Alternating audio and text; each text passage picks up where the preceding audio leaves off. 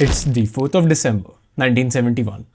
In just one night, three small Indian missile boats crippled Pakistan's navy and set Karachi's oil reserves on fire, without a single major warship involved. And this wasn't a large fleet battle, this was a precision strike, and Pakistan did not see it coming. This was Operation Trident. In the night of 3rd December 1971, the Pakistan Air Force struck multiple airfields on the Western Front, which, while causing minimal damage, marked the start of the war. The Pakistan Air Force suddenly struck at our airfields in Amritsar, Pathankot, Srinagar, Avantipur, Uttarlai, Jodhpur. The Indian Naval Headquarters in New Delhi, along with the Western Naval Command, planned a daring operation to attack the heart of Pakistan's economy. The city containing the largest and most major port and the Pakistan Navy's headquarters, Karachi.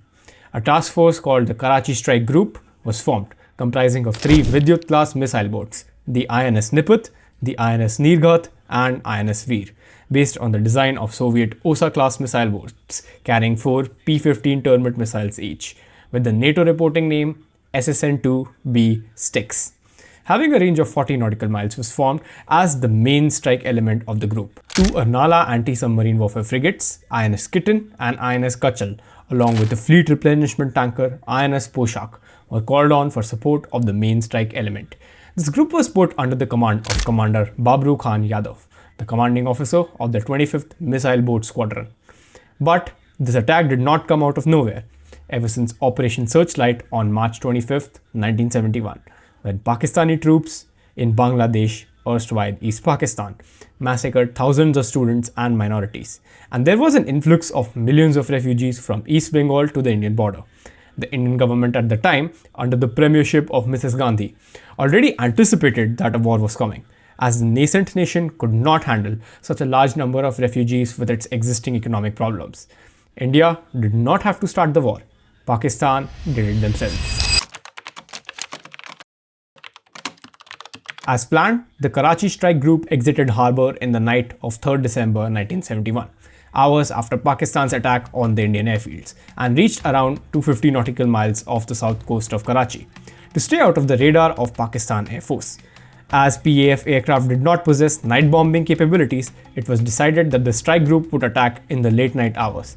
At 11 p.m., the Indian task force moved 180 nautical miles from its position towards Karachi.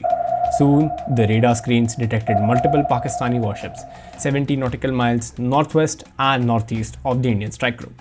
INS Nirghat first sailed forward in the northwest, and its radar detected the Pakistani destroyer PNS Khyber, a battle-class destroyer displacing 3,300 tons. Nirghat fired its first Styx missile, locked on the Khyber, while the Pakistani destroyer assumed it was a missile from Indian aircraft, engaged its anti-aircraft guns.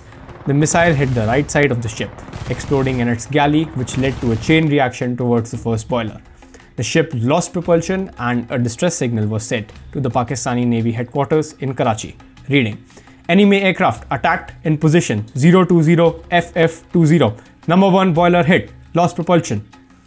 Observing that the ship was still afloat, Nirghat fired a second Styx anti-ship missile that hit the second boiler room on the starboard side, which resulted in the PNS Khyber being sunk and killing 222 of its crew. Afterwards, the radar of INS Nipat spotted the C-class destroyer PNS Shah Jahan, along with cargo vessel MV Venus Challenger, carrying ammunition presumably from the United States to Pakistan. Nipat fired two Styx missiles, one each on the MV Venus Challenger and its escort, the PNS Shah Jahan. The MV Venus Challenger exploded immediately after the missiles hit due to it carrying the ammunition, and immediately sank 23 nautical miles south of Karachi. The second missile hit the PNS Shah Jahan, which, while not sinking it, mission killed the ship, which suffered extensive damage and was written off completely afterwards, which results in a kill. Afterwards, INS Veer picked up PNS Muhafiz, an adjutant-class minesweeper, on its radar and fired a Styx missile, which struck behind the bridge of the ship, and it sank immediately before a distress signal could be sent. Meanwhile, INS Nipat continued towards Karachi and locked its crosshairs on the Kemari oil storage tanks, just 14 nautical miles south of Karachi harbour.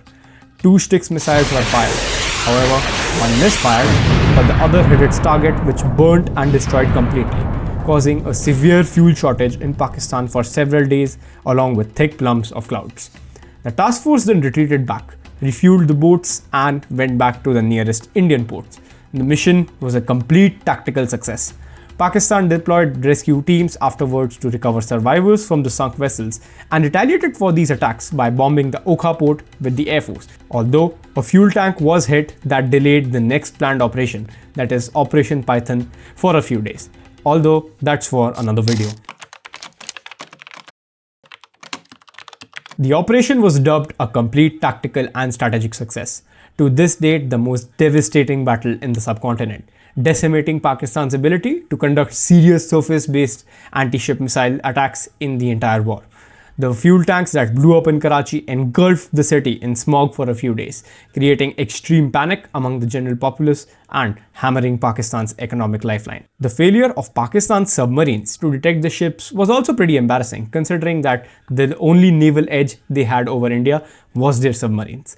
Although, to be fair to them, their submarines were unaware that at that duration, the war had actually begun. Following the Karachi attack and the sinking of PNS Ghazi, that story for another documentary, the Pakistan Navy went on a defensive, only to come out a few days later with their submarines, sinking the Indian frigate INS Khukri using the PNS Hangar, the only loss of the Indian Navy to date since independence.